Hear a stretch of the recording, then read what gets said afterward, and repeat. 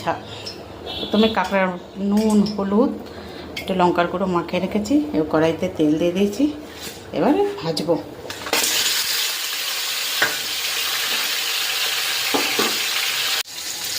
কাঁকড়া ভাজার তেলের মধ্যে এবার দিয়ে দেবো গোটা এলাচ,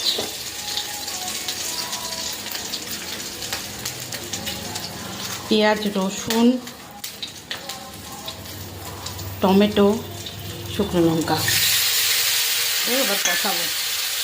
তেল ছেড়ে দিয়েছে, এবার কাঁকড়াগুলো ভাজা কাঁকড়াগুলো দিয়ে দেবো, দিয়ে এবার কষাবো।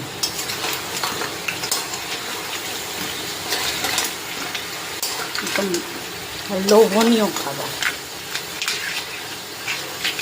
কাঁকড়ার ঝাল।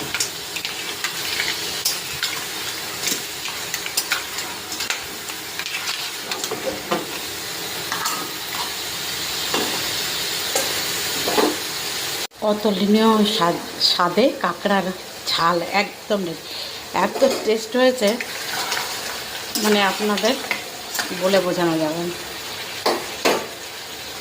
আপনারা নিজেরা বাড়িতে রান্না করে খাবেন, তাহলে বুঝতে পারবেন আমার মতো করে।